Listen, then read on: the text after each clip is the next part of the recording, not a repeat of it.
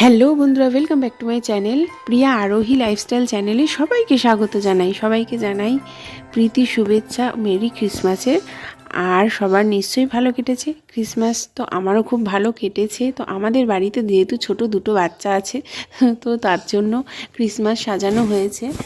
তো ওদেরকে বলা হয় যে শান্তাপুরো সকালবেলা এসে গিফট দিয়ে যাবে।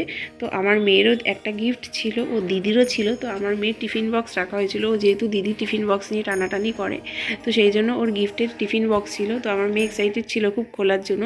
তো তোমরা দেখতেই পেলে, ওটা আমাদের বাড়িতে ছোট্ট করে একটা ক্রিসমাস পালন হয়েছে।